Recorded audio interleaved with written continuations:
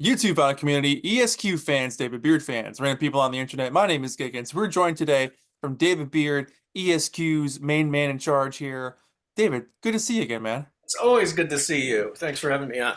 Of course, you've got some cool news for the upcoming issues of ESQ. There's a theme going here, and the little taste I've heard about it, I'm stoked on. So tell us more about what's coming up with ESQ. So I just want to give anyone who may be new to ESQ, maybe even just subscribing for the last couple of years, going back to the spring 2011 edition of the magazine, we ran two really great historic Brian Wilson production interviews. One being with Vicky Coker, who was Bob and Vicky, and we'll get into that in a minute. And the other one being Sharon Marie, Yeah, who kind of came into the picture after Vicky, around the same time as the Honeys, more or less. October of '63 is when Sharon came into the picture. She was 16. There's a whole story behind that. But those were two really insightful and important interviews. And back in the spring 2011 edition of ESQ, that aligned exactly with the time that Mike, Bruce, and Al had gotten together for the Reagan Centennial. So yeah. Mike ended up on the cover, and we then had a little banner going across the bottom. So I went back and revisited those interviews because one of the things I just started thinking about early 2024 was when I saw the news about the Fred Vale album Hmm. coming out, Cows in the Pasture, that's Yeah. due later in 2025. I started thinking to myself, okay, Brian Wilson Productions are something that haven't really, how is it possible with as much as Brian has been celebrated all of his career for so many different reasons that no one's really taken the time to get into Brian's productions outside the Beach Boys because they were important in their own right, even if they aren't gigantic hits. Now you have one example that became a gigantic hit, and that was Surf City by Jan and Dean. Right. Most of the others were not successful when, comparatively speaking, to the Beach Boys' rise and all the acclaim and hit records they had.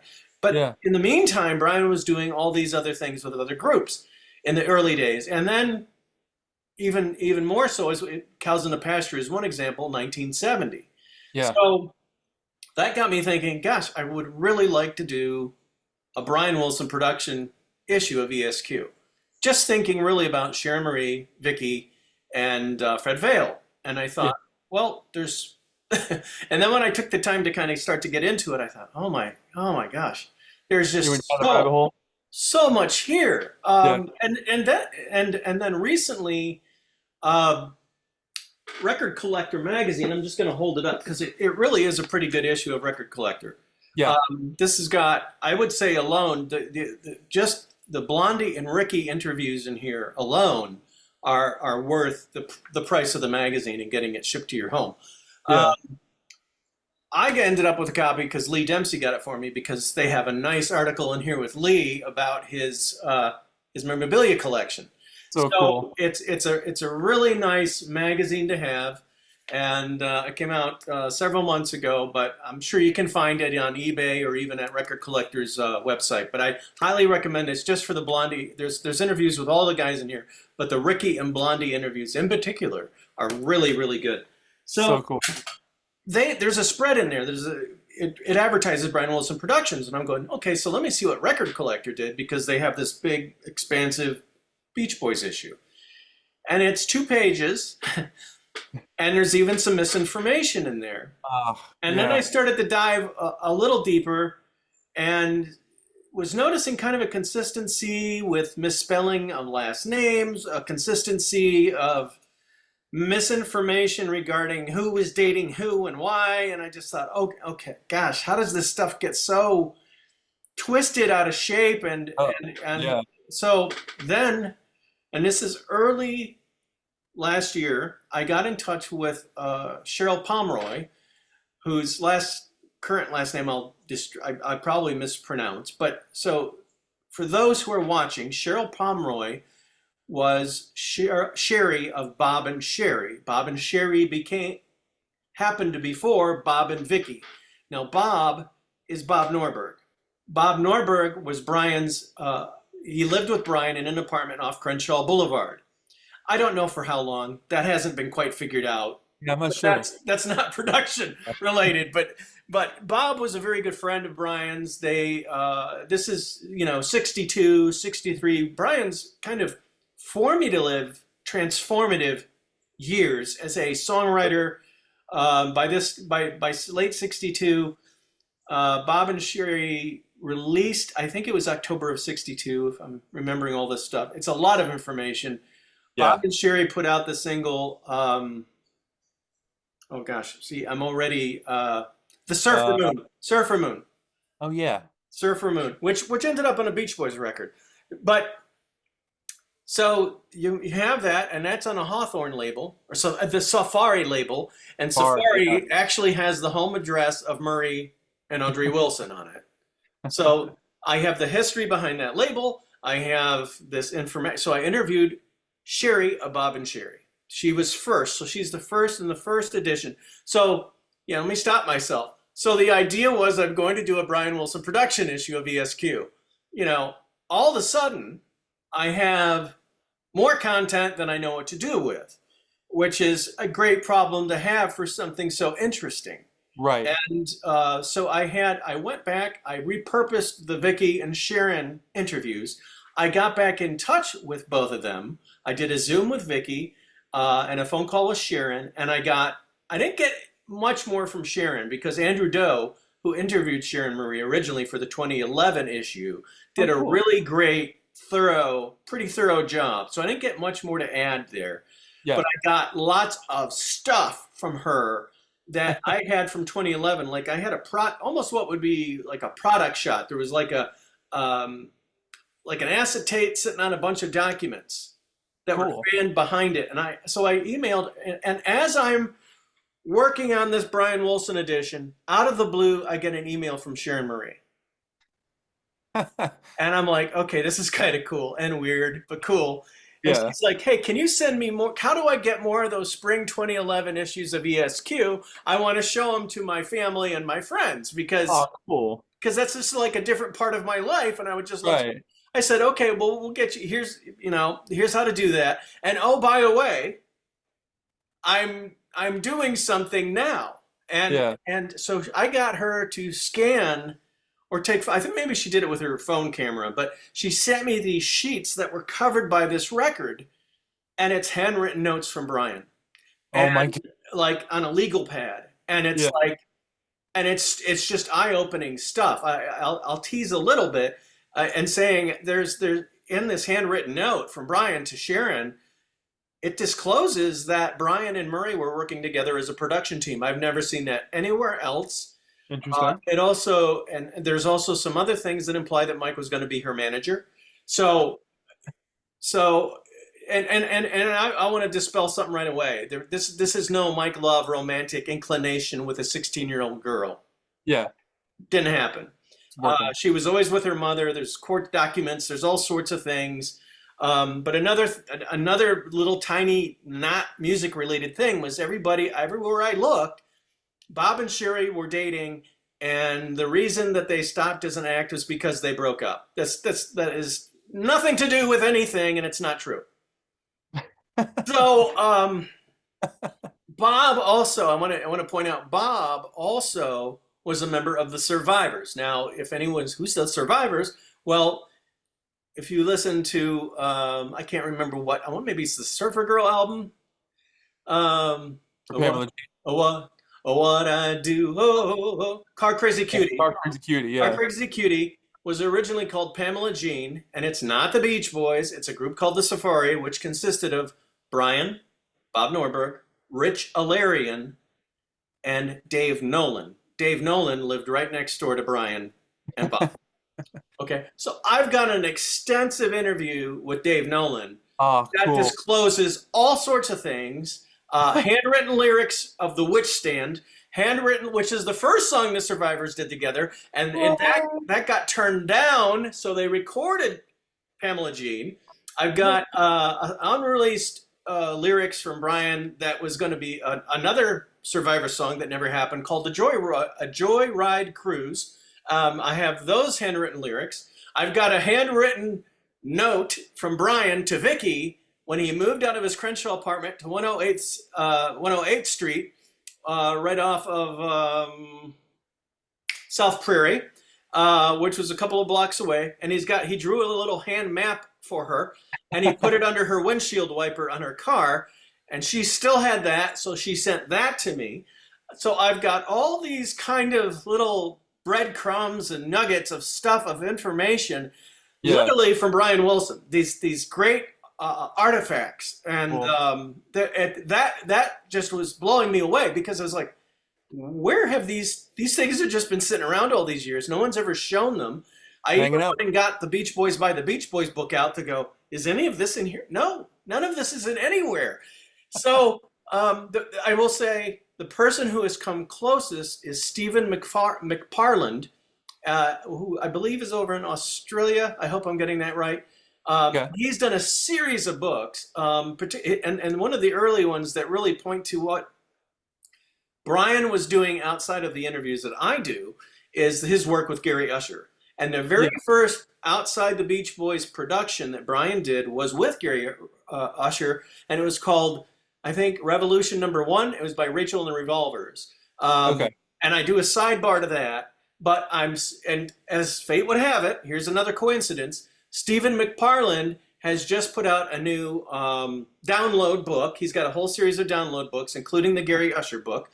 And we're going to, and I didn't know this. I got this information after I'd already gone to press. So I'm communicating now with Stephen, and so later this year we're going to kind of do a Stephen McParland book of ESQ with his taking kind of his best of Gary Usher and putting that into an issue, so that because we're going around Gary Usher in my first two editions, Yeah. because Gary's not here anymore. Yeah. So that's kind of one of the challenges is who's here, Right. who can I get a hold of, and do my best to kind of tell this story. So Yeah. these first two editions of ESQ cover uncharted territory to a large degree, with Sherry from Bob and Sherry, Vicky from Bob and Vicky, Dave Nolan from The Survivors, That's and Dean from Jan and Dean are all in the first winter 2024 ESQ. yeah. When you go into the spring 2025 ESQ, we're going to have Ginger, Blake, and Marilyn Wilson Rutherford, two of the honeys.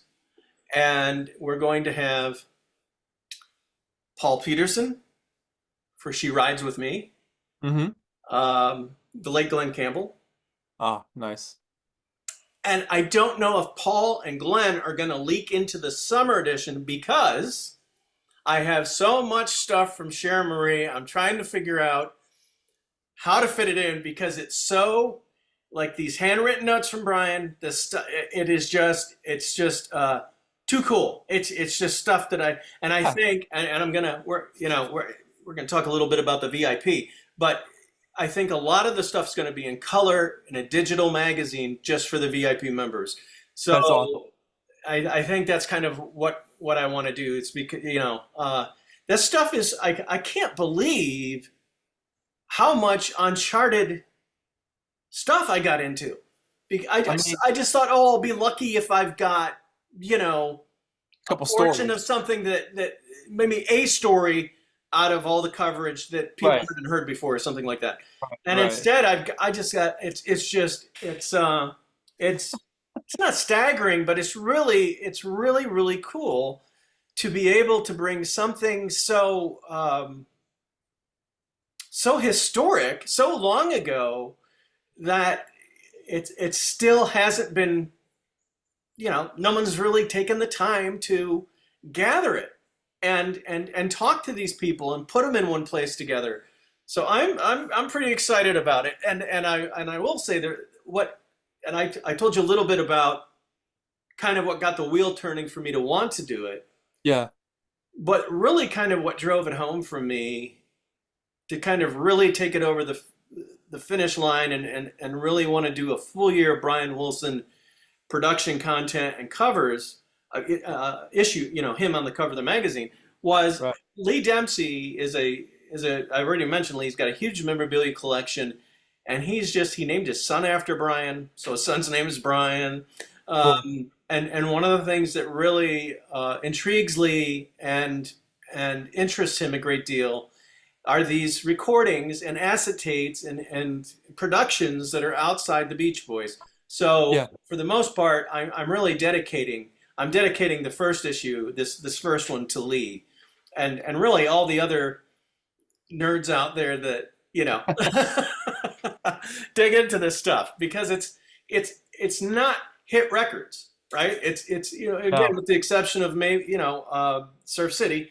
Yeah. It's interesting music though, and when you go from Bob and Sherry, Surfer Moon, and then you listen, and by the time you get to the end of the first issue, and you're at Surf City, there's a significant developmental trait, something really significant taking place, not just as a songwriter, but as a producer, Yeah. like where he's still trying to figure out what he's doing with Bob and Sherry, right? He's like, he's not even sure what his role in the music industry is going to be at that point. Yeah. So 63 to 62 to 63, he's just still trying to sort it all out. It's all so new. Yeah, yeah. So I'm thrilled that I'm actually doing. I'm always asking myself, what else can I do with ESQ? And I just feel like I stumbled upon this gold mine Yeah. that awaits the readers. I think what's cool about this one too, specifically those notes that she found that were like on her car windshield and things she had for drawings, how to get to his new place, like the fact that she recognized this is special in 1963 and put it in a box or wherever she had it and just kept it for all these years. It's really cool because like you just add more pieces to the puzzle of what makes this group tick and all these different little stories that add up to the bigger picture. Um, I'm excited for these issues because like, we've got that pet project CD, but like it's got a decent set of liner notes, but as far as like going into insane detail, like you said, nerdy, nerding out kind of stuff, this would be really exciting for those new interviews to see all this new information about, yeah, that's the one. Um, just having to work with Brian at that time and see what his writing style was and production style and how he developed and changed over those short few years. When you were talking to everybody for these interviews, and you're probably still talking to people, did you kind of rediscover some of these songs again for the first time, or hear them in a different light, or hear them in a different construction, or what caught you going back to these songs? Well, it was really yeah. When I went back and listened to the first Surfer Moon, with the Bob and Sherry Surfer Moon, Yeah. and listened to that, and folks, anyone watching this, a lot of this stuff you can find on YouTube Oh yeah, it's awesome, man. by just These, searching for it, and there's also, I think it's digitally available, the Big Beat 63. oh sure, that's Big easy. Beat 63, that's got a lot of this stuff on it, and you can kind of hear for yourself the kind of the developmental things going on with Brian. So Um, cool. but so yeah, I went back and I just thought, I mean, if you were to go back now tonight and you were to put on Surf and Safari album, and then you were to put on All Summer Long, you would hear two very young sounding It's a different band. albums. The group is very young. You can hear them really young. But there's a significant difference in the music that you're listening to on the Surf and Safari album than even Surfer Girl. Oh yeah, every So album. that's kind of the difference that I'm getting from well, at least from the pocket of these first two editions. And initially, I just wanted to go to 65. I figured there's enough here to do two issues. I've got an interview that I did with Glenn Campbell from I think 2002, where he Oh talks wow. about "Guess I'm Dumb," and then I was really inspired from this year's Ghost in the Canvas sessions, the duets where Brian had done the song "Strong." Yeah. And it's got those little beautiful nods of "Guess I'm Dumb" in it, thanks to Yeah. Darian Sahanaja and the Very group smart. and his Smart band. move. Um, so, uh, so yeah, I mean, I've been paying more attention to things from the production standpoint, and you could almost say there's no production in the beginning. I mean, Yeah, it's just what am I for sure. doing? Trying to Yeah, figure out what I'm doing. How am I doing it? What am I good at? yeah, There's Brian was always inspired by the Four Freshmen. He was always, Carl was always inspired by Chuck Berry. We know those influences that, anyone who's followed the Beach Boys, we know those influences. But right. hearing Brian trying to find his way, um, or eventually finding his way, is Yeah, it's intriguing as hell. It's because it's such a it's the same type of intrigue or interest that I find myself in when I go from listening to the Beach Boys catalog up to Friends, and yeah, then I listen to 2020, and then I listen to Sunflower, and I hear the group on 2020 trying to find its way, and then on Sunflower, oh wow. they found it. So Yeah, it's the same thing. yeah, It's Brian working with all these different people, Mike Love being one of them, because most of Sharon Marie's singles, with the exception of Summertime, which was a Gershwin tune, yeah. the Sharon Marie material was Brian and Mike writing together. Right. So cool. It, Yeah, it is great. So um, there's there's just so much history there. It's just just I can't believe it. I just can't believe it. And then to get the amount. I mean, Vicky. When I went back to Vicky Coker is now known as Victoria Hale. That's her professional name. She became a professional actress. You can look her up, Google her, Victoria Hale. She's been on lots back in her day. She was in Hawaii Five O and some other things, but oh, um, cool. but so she's got an interesting. But I don't know enough about her acting career. I feel like I'd be selling her short to get into that. But the Yeah, point being, it's interesting that any of these people that are how they came across Brian's path, how they just from chance meeting, which is everybody. It's all from chance meeting. It's yeah. Sherry, Vicky. It's Marilyn and Ginger. Ginger was dating Gary Usher. She went to they were playing Pandora's Box. She saw him and said, I'm going to bring my cousin back here tomorrow night to see these guys. And it's a chance meeting. Brian spills the hot chocolate on Marilyn. Oh, isn't this so? Okay. Then they go Yep. backstage and they sing for him. And he's like, I want to record you all. So Yeah. it's chance meeting. It's all chance meeting. And a little bit more with Dean Torrance. It's a little bit more than that, but Yeah. I actually interviewed Jan in 1997, so I actually have some stuff from Jan, Cool. and I have not much, but he talks Yeah. about Brian and him working together on Surf City, So cool. and I have a little quote from Brian about working with Jan. When Jan passed away in '04, Yeah. I did get a little interview with Brian, so I do have a little something from Brian about that. Cool. But Brian's not doing interviews anymore, so I'm trying. I'm hopeful that that we'll have a little bit of Brian by the end of the year. Um, we'll see. We don't. I'm not putting any my eggs in that basket, but it would be really nice to have something um, to go with this music and for him to. But it's been so long ago. I mean, we're talking, 1962 is a long time ago. Years. And, Yeah. and unless he's listening to these recordings himself to refamiliarize, then I just don't know. I mean, obviously, now I'll tell you the frustration I had, and it sits with me right now, is Bob Norberg is alive, Yeah. and he won't do an interview with anyone. It doesn't matter who you are, where you come from, and he's consistent. Yeah. So I actually write a little thing in the editor's notes to Bob and to the reader, thanking him, and I'm going to make sure that he gets a copy of the magazine I know I'll be able to get one to him Oh, good. because I want to see I want him to see how he is appreciated. Uh, Massively. Yeah. so it's like you know. I just went to look under one stone and go, okay, what's this? You know, the rock says Brian Wilson Productions, and I just thought, well, what's under here? Yeah, You what know, else and is there? I knew from Big Beat '63, and I knew from peripherally. You know, I'm a Jan and Dean fan, so I know about his work with them. Yeah, But and I knew about a little bit with the Handels, the Castells, stuff like that. And a lot of time, a group would cover their songs, so that wouldn't even mean that he produced them. right.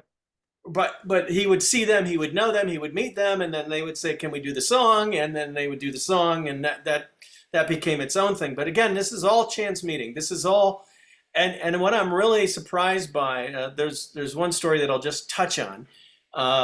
He knew Elvis from back in the '60s. There's a whole story that goes with that, Brian and did? so there's. I think I've heard many times over this famous story of Brian in the mid '70s running into Elvis and like karate chopping him or Yes. something. Yeah, yeah, yeah. Yeah. Brian knew him many years before, and there's a story in the first magazine that speaks to that. So Um, it's not the first they didn't meet for the first time in the '70s. So so you mentioned earlier about doing like a digital version of this thing in full color where you can see the pictures and everything. So tell me more about the exclusives for the VIP part of these packages. Like what do they entail and kind of what's it all about? well, on one level, yes. So that's what I did last a year ago. We had the VIP memberships, and that extra cost, I was able to build a digital full color magazine, watermarked with their name on it. So if it got out, I knew where it came from. Perfect. Yeah. But hyperlinks built in. So Yeah. all you had to do is click. Like I had additional stuff on the '85 album that Yeah. got into the music videos that they did that weren't in the magazines. So So cool. I had like photos from the music videos, a breakdown of what the music videos were, and then at the end of the description, you could click and it would take you right out to YouTube to watch the video. So, Perfect. Yeah. so that's just one example. So that's kind of what I like to do. I like to, you know, for the VIPs, they get a digital magazine that will have hyperlinks, different QR codes to take them to special content that's going to be on the ESQ site.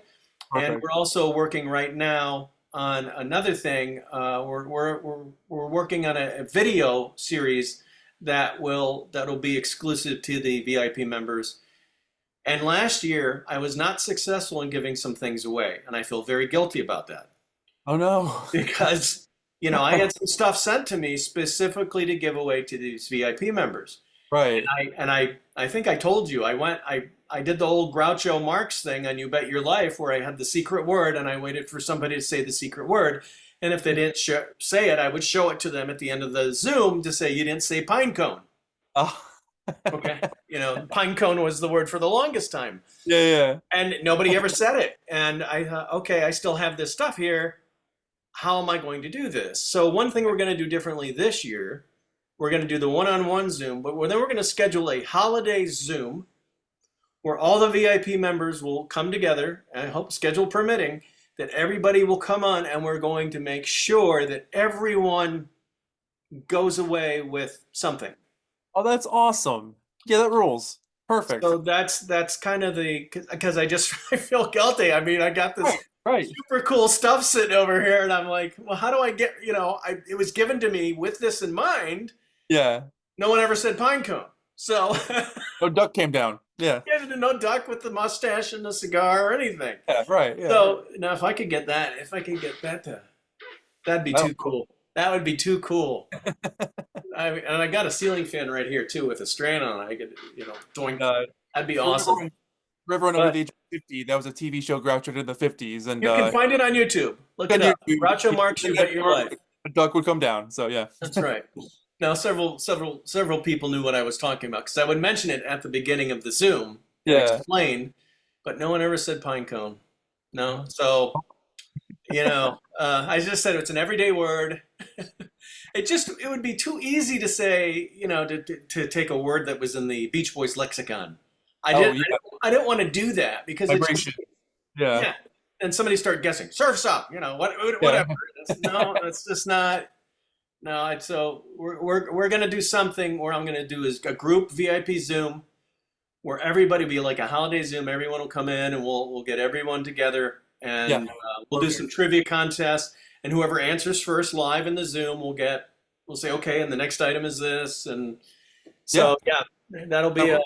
kind of a great, and it will also be a nice way to introduce all the members to one another. That's cool. Community building for Yeah, sure. Hang yeah, out for a while, talk about Beach Boys and be nerds. I'm in. yes. Well, yes, put in the link down here. Yes, there'll be links below to access all this stuff. That's a great idea. That's really fun. Everyone gets something to go home with. I'm digging that one. Um, yeah, what else would you like to add about these issues coming up, man? They're really exciting. There hasn't been anything like this kind of coverage before, so this is pretty special.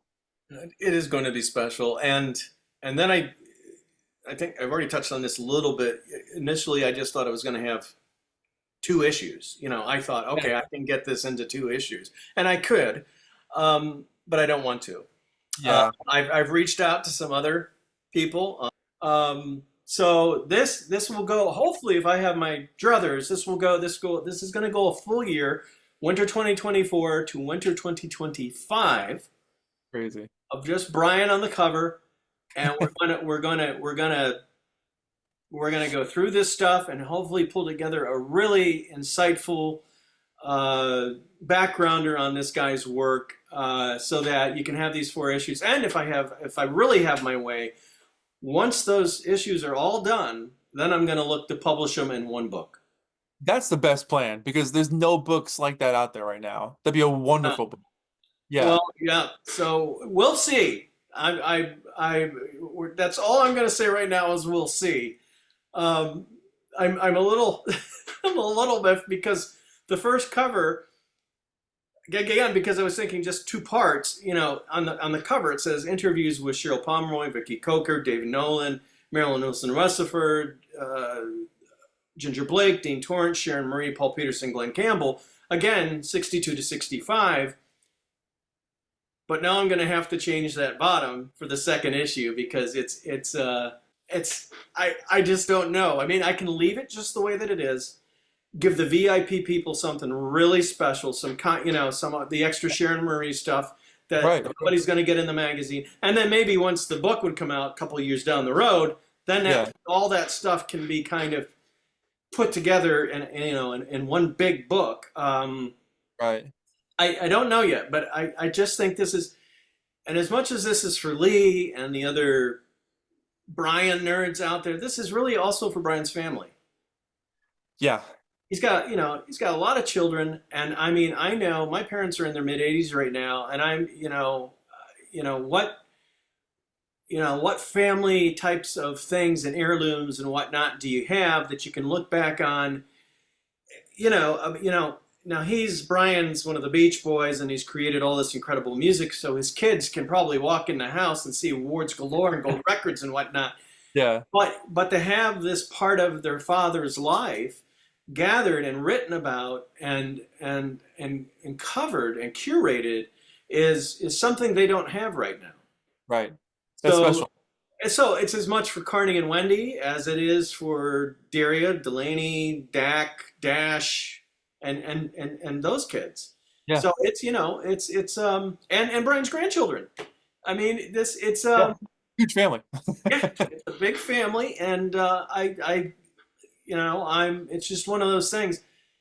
I just really hope that that they all want one, and they want all of them, and it's like, oh my God, look at this about my dad. Yeah. I mean, that's kind of, so I'm also looking at it through that lens. I really want it to be something meaningful for his children, to see how not just my dad was a Beach Boy and he changed music forever, which is in itself No enough. big deal. Yeah. Right, that's enough. But also look at all these other things he was doing in the midst of this incredible creative spark. Right. Look at all this other stuff he was doing. So much stuff. It's one of the questions I asked to Marilyn and Ginger specifically, because Marilyn ended up with Brian. Mhm. So I thought, who better to ask this? I asked them both. I said, Brian was just doing so much. I mean, 4 albums and 12 albums in 4 years. He's working with all these other outside peripheral productions. Is that kind of what led to him being burned out? Right. And it was no. He was on fire. He was just, and it's astonishing. It really is astonishing when I look at the amount of work he was doing. Yeah. It's mind-boggling to me because it's just Yeah. how did he keep up? How was it not too much pressure? So You got that I 100. respect Ginger and Marilyn's response, Yeah. implicitly, but at the same time, how could that not be too much for anybody? I mean, and maybe what eventually did it was the need for Brian to create hit records Yeah. for the Beach Boys, That drive. because that wasn't the requirement. Now, granted, he would want the other groups to be successful and to have hit records. Yeah, for sure. I mean, if he's spending his time doing these things, he did Or that. wrote them. Yeah, right. You want it to be successful so that you can keep doing those things with those people. Right. But when it's not successful, when it's not what you kind of hope for, like you could also say that's true with Pet Sounds when it was first released Right. in the U.S. You become disappointed, and then you kind of move on from that. So Yeah. a lot of these productions that he was doing outside the Beach Boys, he would do. They wouldn't be great successes. He would move on from them, Yeah. which is a very natural thing to do, right? Yeah. I'm not having success here. I'm going to move on from that. Right. And at the same time, in the midst of all this, his name and his group are on a meteoric. Did I just destroy a word? A meteor. I don't. What is that? Meteoric rise. I mean, I don't know what the right word is. I'm mangling the English language. It went up. He was. It's really interesting. That's the biggest thing to your question earlier, is just looking at Brian kind of being this hub of musical activity. Yeah. And if he's in the center of the pie, right? If he's right in the middle of this, he's here. And then there's all these peripheral figures, including the Beach Boys in that umbrella. It's incredible. It's just like he's in the middle of the pool, and just everywhere he looks, there's something musical that he's aspiring to. Yeah. And he's not sure where it's going to go, but he doesn't care. His mind's not wrapped up in where's this going. At this early stage is what all the readers will learn is it was more about who am I going to become? Right. There's a lot of that in this early stuff. Who is he going to become, and how is that going to ultimately define him? Yeah. So it wasn't a branding thing. It wasn't Brian the Beach Boy. It was Brian the songwriter. He was.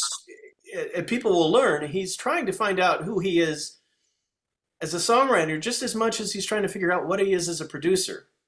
Yeah, for sure. They go hand in hand. Yeah. Yeah. Well, and remember early in the Beach Boys career, they had Nick Vinay. He was kind of heaped on them, along with Murray. Yep. So there's stuff that people are going to read from Brian's own handwriting that they're not going to believe. They're going to be like, what is this? So there's some stuff. They're going to have to wait for the spring issue to read that stuff. But I sat there and read it and went, huh? So exciting, man. So it's very, and getting the it's one thing to read like Brian. It's one really cool thing to look at like Brian Wilson handwritten lyrics to a song. That's cool. Yeah. It's another thing to read a long written letter from Brian and the way his mind works. Right. And the way he was projecting his personality back in '63. It's very cool, and it's very interesting, and it's just pretty. It's just really, really cool, and I can't wait for people everyone from his family to the fans out there to get into this, because this is like I don't. This is like discovering the lost ark. There's some stuff in here that's just it's just great, and it's so it's illuminating. It just really is. It's great. And I hope it drives people to want to go back to listen to Bob and Sherry, Oh, or for or sure. or the Fall '62 Gary Usher song Rachel and the Revolvers. I want to all that stuff's on YouTube, folks. You can find it and go Yeah. back and listen to that. These aren't great songs, but if you go back and take the time to find them all on YouTube and listen to them, and then listen to him as he goes through, it's like, okay, there's a jump here. Yeah. There's there okay, right here he found something here that Yeah. that is a whole he's turned a corner. And that's like right in the spring of '63 he turned a corner. In the spring of Oh, '63. absolutely. It all changed. And then in the fall of '63 he turned another corner. And another and I'm not going to give this away because I want people to discover it in the magazine. There's a consistency with what Brian wanted to do that had nothing to do with surfer music. Yeah. There's a Um, consistency, and it's really pretty cool, and it like makes so much sense for things that he did later in life. it all. And it's amazing to me how he just put it aside. Can you I'm not imagine? talking about emotional music for pet sounds and stuff like that. I'm talking about something specific that he loved, and he showed early on that he loved it, and then he just kind of went, well, I'm just Maybe like. I'm going to leave that alone, and when the time is right, I might come back to it. And he did, Oh, and he that's did. so So that's something that's I, can't, I just so cool. I never have been able to in ESQ's history.